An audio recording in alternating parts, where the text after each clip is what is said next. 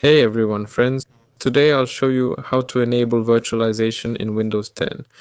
To do this, click on Start at the bottom and type in Turn Windows Features on or off. We need Windows features.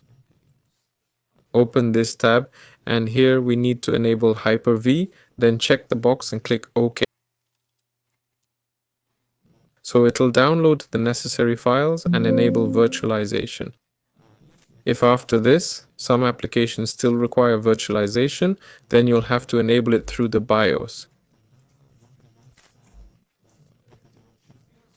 This is individual for each system.